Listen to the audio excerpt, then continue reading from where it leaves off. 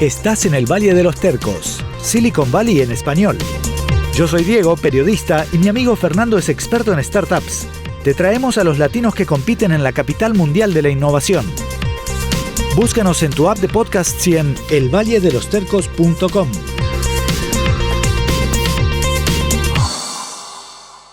7, 8, 9, 10. ¿Puedes decir tu nombre y quién eres? Antonio García Martínez, autor de Chaos Monkeys. Sacudió a Silicon Valley con un libro que desnuda los excesos, las ambiciones y el egoísmo detrás de las startups que dicen que quieren hacer un mundo mejor. Obviamente se han fijado un poco en lo manipulador y como que un poco sociópata que era el héroe, pero la realidad, o sea, yo he conocido muchos emprendedores en Silicon Valley y muchos son de ese tipo, o por lo menos lo que es. Antonio García Martínez nos cuenta cómo son por dentro las grandes empresas de la revolución digital y qué se siente ser uno de los pocos en sacar al sol los trapitos sucios de Silicon Valley.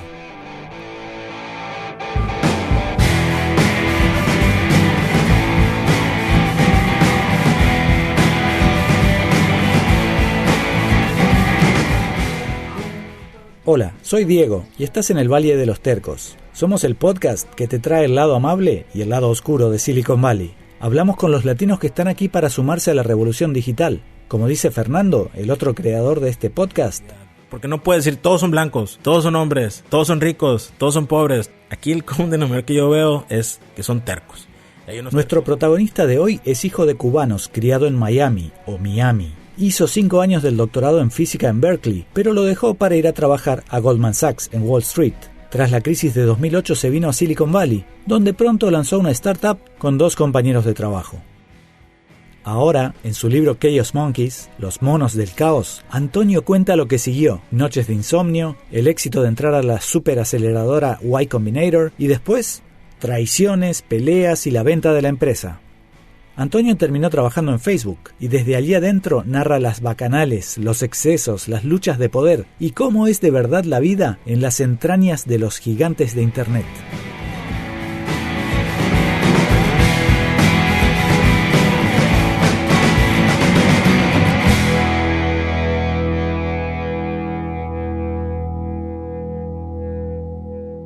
Tenía muchas ganas de entrevistarlo, como le contaba hace poco a Fernando. La verdad que el libro vale la pena.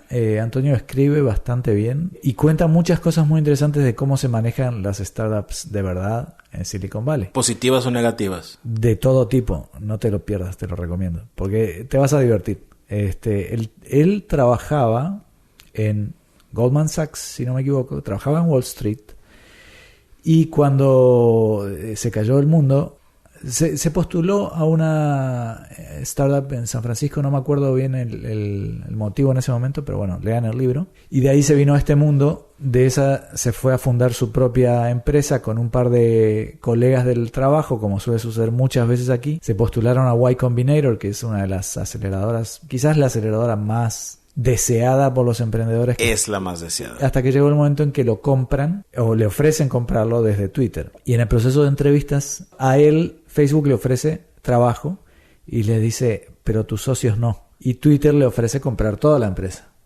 Entonces ahí es el primer momento de traiciones y cuchilladas por la espalda, etcétera. Y él termina en Facebook, sus socios terminan en Twitter. Cuenta muchas anécdotas e intimidades, incluyendo a Zuckerberg y a otros personajes interesantes de ahí.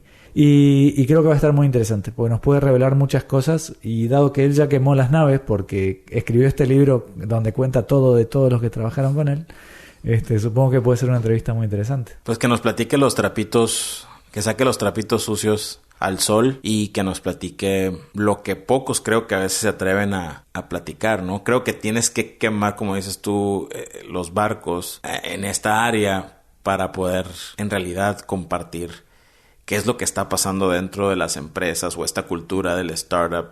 Sí, habla mucho de bacanales, de sexo, alcohol en las oficinas y no voy a entrar en detalles ahora. Ya quiero leer el libro. No porque el podcast sea para menores de edad, sino porque no les quiero arruinar el libro a los que lo van a leer. Suena como una entrevista que vamos a tener que hacer con un poco de tequila.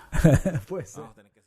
Una aclaración antes de empezar. Esta es la segunda de las 3 entrevistas que hice aquella tarde que estaba súper resfriado, así que sepan disculpar. Aquí vamos. Publicas Chaos Monkeys este año, que ha sido un éxito. La verdad que ha hecho mucho ruido, lo vimos en todos lados, desde la portada de Vanity Fair, reseñas en todos lados. Así que denota que te está yendo bien con el libro, ¿no? ¿Cómo te sientes con todo esto? Bien. Estuve en las listas bestseller un mes prácticamente de Wall Street Journal y el New York Times, tanto que en Norte de California también. Entonces fue un éxito en el home city, digamos, de San Francisco. ¿Qué te han dicho tus amigos y tus enemigos de la industria? que dices en la propia dedicatoria del libro que tienes enemigos. Eso es curioso porque yo me esperaba una reacción muy negativa, ¿no? Porque obviamente es un libro un poco crítico de tanto Facebook que el mundo de Silicon Valley. Pero a contrario, la reacción ha sido bastante positiva. De hecho, en fin en cuenta, siento que fui, más o menos equilibrado como cuento de la vida de Silicon Valley, y incluso hasta ex empleados de Facebook, de los antiguos empleados de Facebook, los que crearon Facebook, ¿no? Yo no era empleado tan temprano como los demás, que defienden mucho la reputación de Facebook. Muchos me escribieron para decir, en fin, igual no estamos en completo acuerdo en unos cuantos detalles, pero básicamente, quote unquote, you got it right, ¿no? Más o menos es como fue en ese momento la vida en Facebook. Entonces, no sé. Eso me sorprendió un poco, que la reacción... Me parece que hay un poco así de ansía en el mundo de Silicon Valley, que haya alguien que documente este mundito que tenemos, que es muy interesante y que crea muchas empresas que impactan el mundo entero. Pero no hay nadie ahí que está...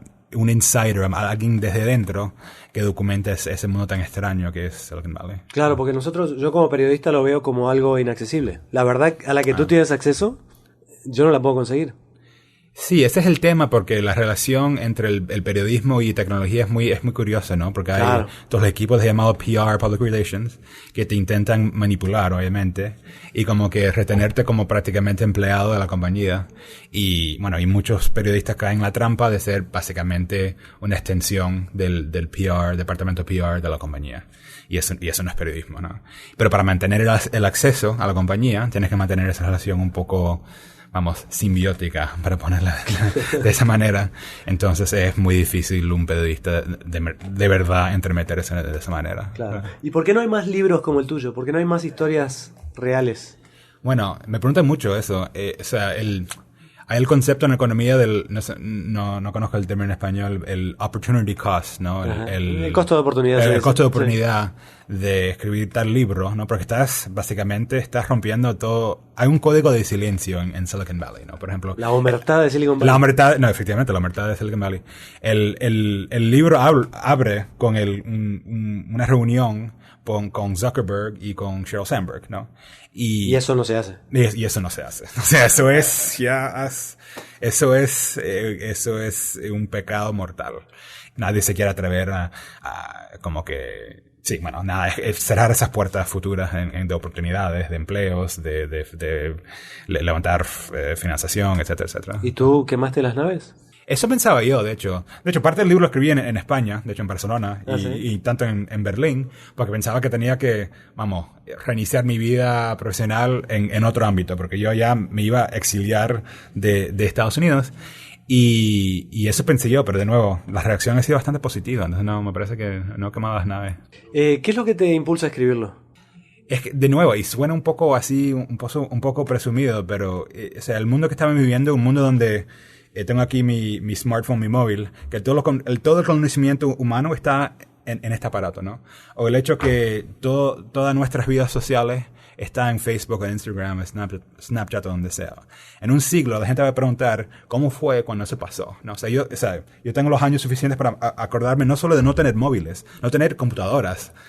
Mi madre era bibliotecaria, yo me crié en una biblioteca, y yo me acuerdo ir al card catalog, las tarjeticas para buscar el libro, ¿no? Yo me acuerdo de eso. Estamos viviendo unos tiempos para mí maravillosos y nadie lo está documentando. Ese es el problema. Entonces era eso, documentar esta época, básicamente. Claro. ¿Y tu carrera podría ser la de un escritor ahora o no? Bueno, eso me está preguntando la gente, ¿no? O sea, ahora es el momento preciso de vender el próximo libro, ¿no? Cuando ya has vendido el primero, está en su auge de éxito, ¿no? Bueno, probablemente sí, quizás, ya veremos. Ahora, tú eres bien transparente con todo lo que haces, Sí. todo lo que fue tu vida en términos de pareja, de tus hijos, de financieros.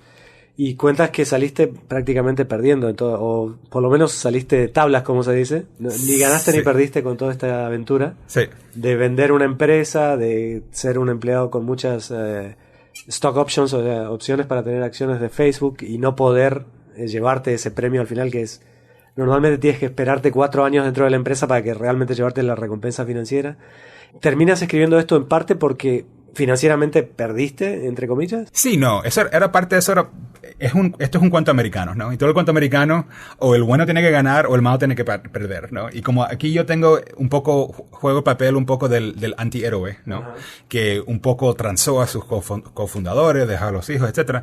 Entonces, tenía que haber un poco del sad ending, ¿no?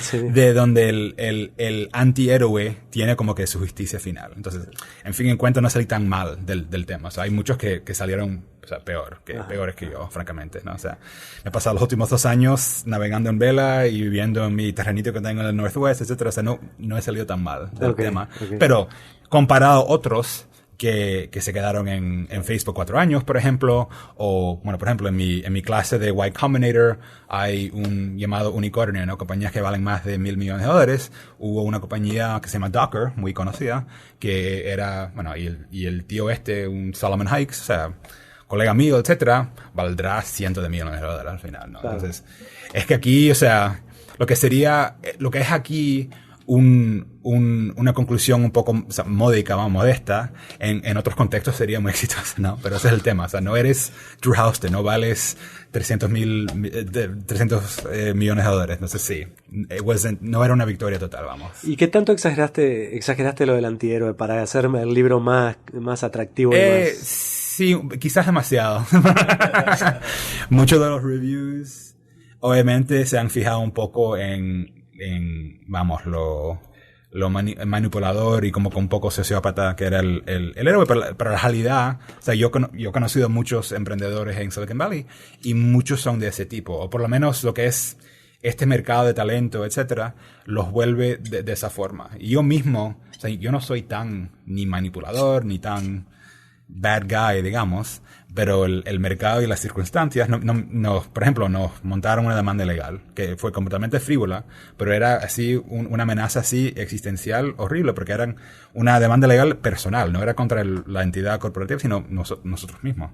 Entonces nos tuvimos que montar todo un montaje con los abogados, los inversores, etcétera, para defendernos nosotros mismos de la demanda legal, ¿no? Entonces, cuando no tienes alternativa, te vuelves un poco animal en ese mundo, en esa jauría así de animales de lo que es Silicon Valley. Claro. Entonces, bueno, eso es todo un poco eso es racionalizando un poco mis acciones, pero así es Silicon Valley.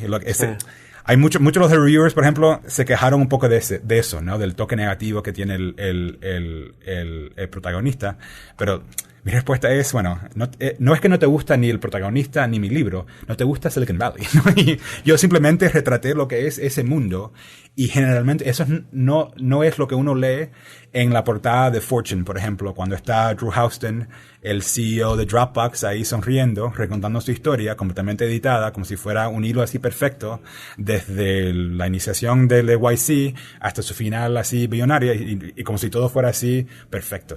Y es que el mundo no funciona así. Pero, y es que definitivamente, o sea, Silicon Valley no es perfecto, ¿no? ¿Qué es lo que más te podría molestar? Porque tiene lo bueno y lo malo, pero ¿qué te podría molestar más? Para mí es el mito de lo que se llama en inglés meritocracy, ¿no? Meritocracia. Sí. Que lo curioso, o sea, el problema en Silicon Valley es que los resultados pueden ser tan desequilibrados, ¿no? Por ejemplo, yo salí con lo que fuera, ¿no? Yo gané, lo digo en el libro, ganaba $1 millón más o menos cada año en Facebook, ¿no? Lo cual es clase media de San Francisco, o sea, no es nada prácticamente. Pero hay otros, por ejemplo, el tipo de YC, que va a estar forrado, o sea, de plata. Y ¿Y cómo justificas ese resultado? O sea, el tipo ese de verdad se piensa que es 100 millones mejor que el otro diseñador o el otro CEO. Es imposible justificar ese resultado. Pero la propaganda que se usa para como que enmascarar un poco esa realidad muy fea es decir, bueno, es el mérito, él se lo ganó. Entonces, para mí el mito de la meritocracia es lo que más un poco que más me fastidia del mito de Silicon Valley. Pero le estás rompiendo el corazón a muchos oyentes que desde Latinoamérica sobre todo se imaginan que la gente de Silicon Valley está cambiando el mundo. Bueno, Making the world a better place. Bueno, pero esas son cosas distintas. Es una cosa cambiar el mundo y es otra cosa mejorar el mundo. Okay. Por ejemplo, empecé a escribir el libro en Barcelona, por ejemplo. Ejemplo así al azar. Y si tus oyentes conocen a Barcelona, si estás en Barcelona, si vas al casco viejo, ¿no? de Barcelona, es un barrio que está completamente arruinado por Airbnb, ¿no? Hay los esqueletos de los edificios que eran la vieja burguesía de Barcelona, que ahora han caído en ruinas porque todo el mundo le está sacando la plata por Airbnb y a nadie le importa mantener los edificios. Y los pocos residentes que quedan se quejan porque el edificio entero está lleno de unos suecos y americanos y británicos borrachos que están ahí por Airbnb y no los pueden desalojar. Right? Entonces, Airbnb, una compañía, o sea, creada por 3 críos, los conocí en YC, aquí en Soma, a 3 cuadras, ha conquistado y ha arruinado lo que Franco no pudo en 40 años, ¿no? O sea, ha arruinado a Barcelona como ciudad, ¿no? O igual en Berlín. Después me trasladé a Berlín y era igual. Todos los edificios casi llegó a la ruina de Airbnb. Y es impresionante que una compañía pequeña puede impactar una ciudad que tiene 2000 años desde los romanos en la otra parte del mundo, simplemente creando una plataforma en el web, ¿no? Entonces, sí, cambian el mundo, sin duda. Eso no es mentira. Si lo mejoran, eso depende, me parece, de la compañía. Impresionante. Y aparte también reflejas la cultura dentro de las compañías, que es la otra gran ventaja que tienes como escritor, es que estuviste ahí. Tú fuiste, según dices, el que derramó cerveza casera en el escritorio de Zuckerberg. Pero también pintas una cultura bastante sexista, que más o menos es lo que se conoce. ¿Te pareció sexista el libro? no el libro, sino el ambiente. Es como un frat house, ¿no? Como un poco, sí. Una casa de una fraternidad universitaria en Estados Unidos. Sí. Y también, de cierta manera, hasta tintes fascistas. Creo que no sé si usaste la palabra fascista en el libro, pero hablabas de líderes visionarios que la gente sigue a ciegas. Y eso, ¿qué dice de lo que hay que tener para triunfar en Silicon Valley? ¿Qué clase de persona hay que ser? Bueno, lo comparo con el fascismo y también con el comunismo. Hay una escena en el libro, el 1 de febrero del 2012, cuando Facebook anunció que iba a hacer el IPO, o sea, la oferta pública de acciones. Y fue un gran evento. Zuckerberg invitó a todos los empleados a salir. Había como que una estructura enorme en el parqueo y nada, nos dio un discurso. Y me recordaba las escenas de la Revolución Cubana, ¿no? De Fidel Castro dando un discurso con los carteles, ¿no? Con los slogans, ¿no? De Facebook, move fast and break things, get in over your head, etcétera. Y me pareció un mundo, bueno, los extremos, ¿no? El extremo derecho y el extremo izquierda, no, o sea, se juntan en un momento, ¿va? Si va suficientemente a los extremos, ¿no? Y me pareció, era un tipo de fascismo o comunismo así cooperativo muy impresionante, ¿no? Y obviamente el resultado de Facebook es muy superior a lo que es, por ejemplo, Cuba hoy, ¿no? Pero, vamos, tienes el mismo sentimiento de un líder así, un culto de la personalidad, una religión de la personalidad, la vieja guardia, que son como que los miembros del Partido Comunista internos, que son los viejos empleados que siguen siendo amigos del CEO. Todo el mundo juzgado según, vamos, los valores que vienen del gran líder, etcétera, y la gran propaganda, lo que significa la compañía, y obviamente no puedes ahí, los disidentes no se aprecian mucho. Entonces nada, me tocó la analogía con bueno, un poco de las dictaduras, ¿no? Sea de derecha o izquierda. Pero hay un inversor famoso, me acuerdo si era Peter Thiel, que dijo, all successful startups are cults, ¿no? Todos los startups exitosos son un culto, prácticamente. Y bueno, y tienes razón, y es verdad, o sea, eso te motiva, ¿no? Los cultos. ¿Y tú cuando estabas adentro del culto, eras uno más? ¿O eras sí, obviamente, sí, completamente. Yo me lo creía todo, sí, completamente. O sea, el escepticismo te llegó después. Un poco sí, porque sí, es intoxicante, ¿no? Si estás en el medio de lo que es Facebook, ¿no? Y notas el impacto que tienes, ¿no? Imagínate tener 1.600 millones de usuarios. Es prácticamente todo el mundo en el Internet, fuera de China, es usuario de Facebook, ¿no? Y si tú lanzas un producto y ves no sé cómo dice en español, el dashboard, ¿no? Donde muestra el número de usuarios. El tablero, ¿no? El tablero, por ejemplo, de datos. Y ves un billón o 1.000 millones de usuarios. Bueno, te intoxica un poco ser parte de ese mundo. Y si le preguntas a cualquier empleado, ¿no? Oye, ¿por qué te quedas en Facebook? Ya has estado aquí 5 años, etcétera. ¿Por qué te calas toda la historieta de Zuckerberg y de Facebook? Y dice, impact. Tener el impacto, ¿no? De impactar el mundo entero.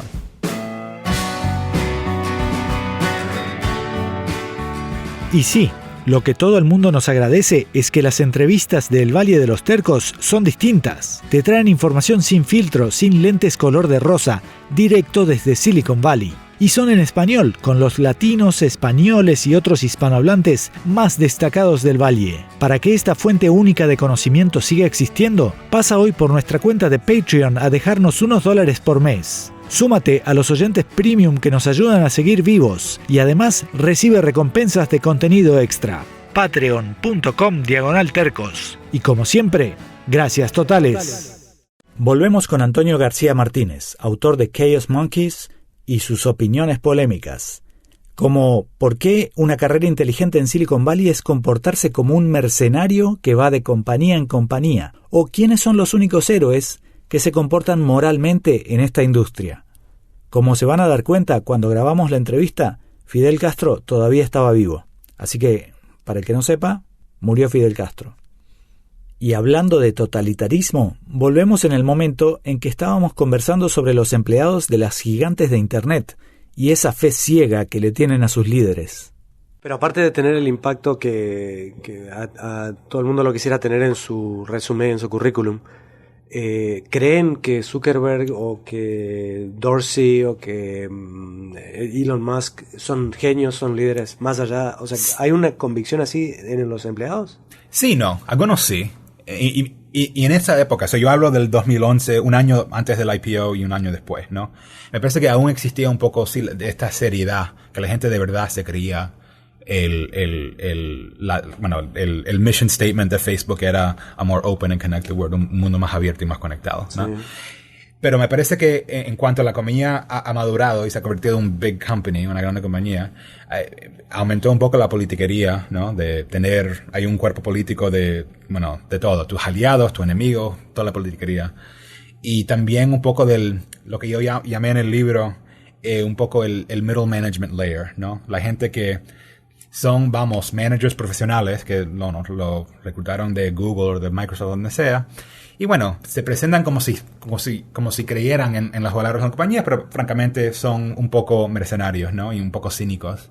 Y llevan ahí su rol de lo que sea, llevan una parte de la compañía, pero en cuanto o pierden una batalla política, cuando se aburren, directamente se van a ir a Uber o Dropbox o el próximo capítulo de su futuro. Y así, eso es una carrera inteligente, en Silicon Valley. Es simplemente no ir al startup que tiene demasiado riesgo, ni tampoco a la compañía muy grande que tiene muy poco, te va a resultar no muy profitable, digamos, sino la compañía en el medio, ¿no? Que está en ese momento donde, no tiene tanto riesgo, pero a la vez es lo suficiente para que te puedes, obviamente, profitar un poco del tema. Entonces, hay toda una clase de Silicon Valley people que no tienen nada romántico de emprendedores, que simplemente son VP of tal y tal, y que van de compañía en compañía.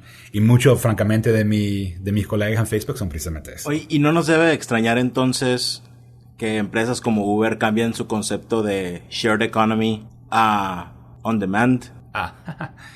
Sí, eso de shared economy me da mucha gracia, ¿no? Porque obviamente no es un shared economy. Suena mejor en inglés. Es más bien un sharecropper economy, ¿no? O sea, donde donde antes sharecropper, no sé cuál es el concepto en español, pero era como una especie de jornalero, ¿no? Era un jornalero que no era dueño de la propiedad, sino hacía parte del beneficio de la propiedad. Y era, bueno, después de la esclavitud, por ejemplo, todos los esclavos se volvieron en sharecroppers, básicamente.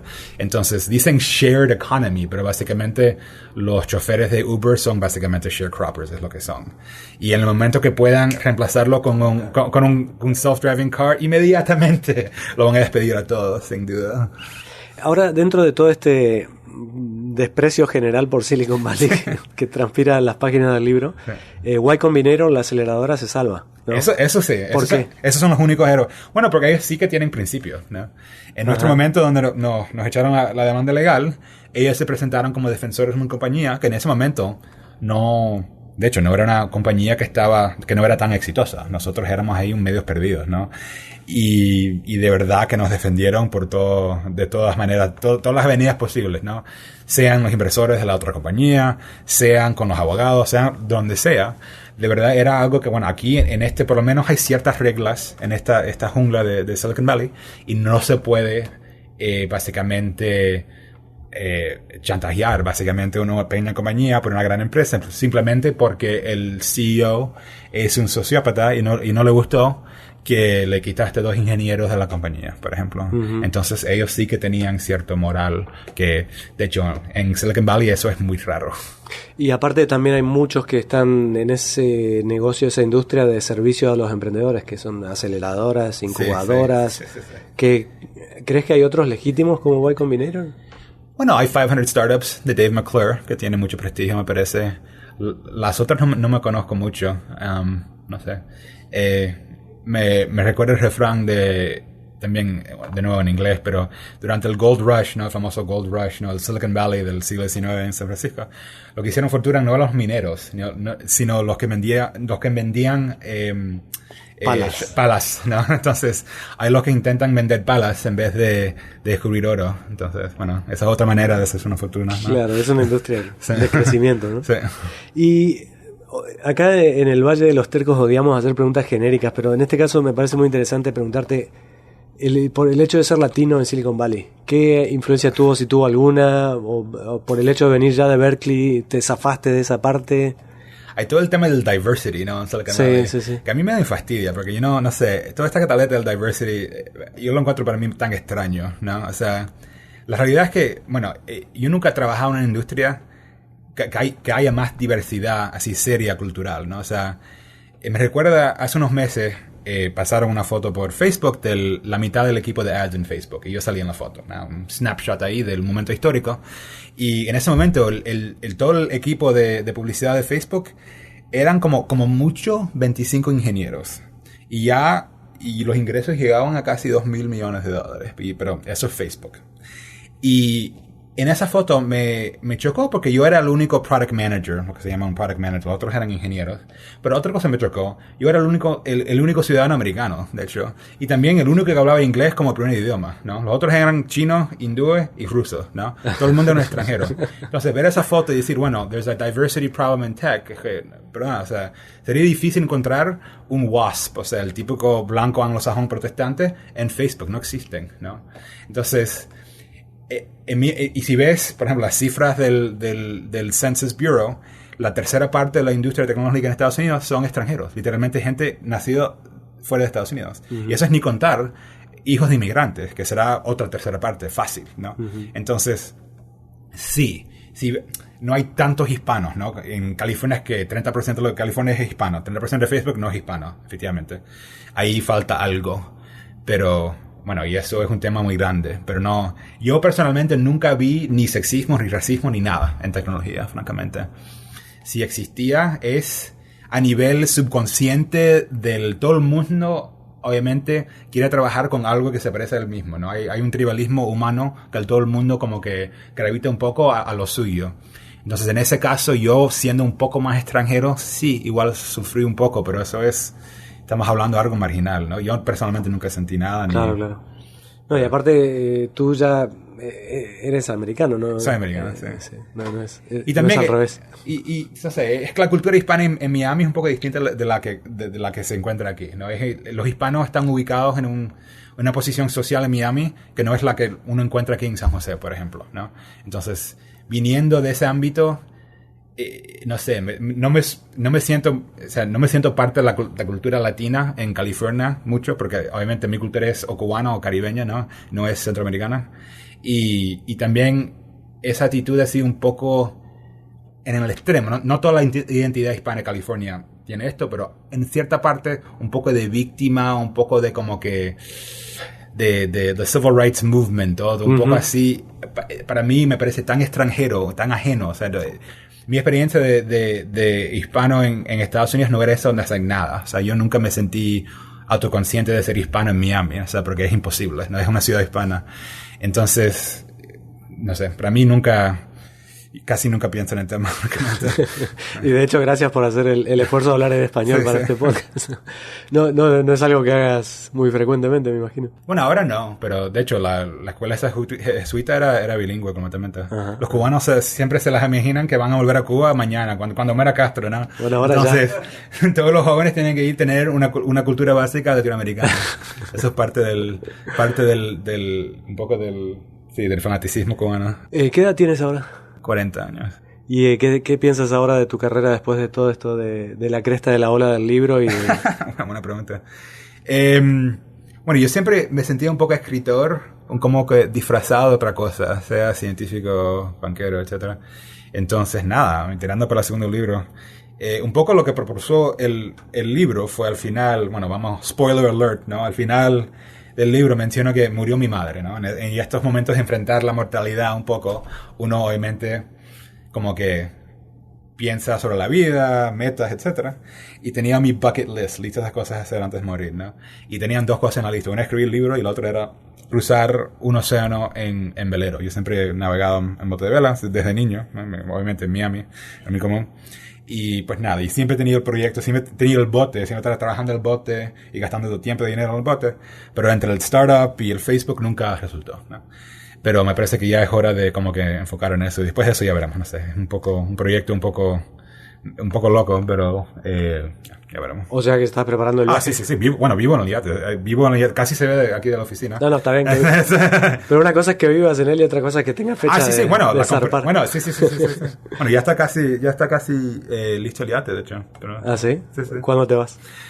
Probablemente, ya es demasiado tarde en la temporada, pero probablemente a principios de verano del año que viene. Ok, te vamos a seguir por Facebook.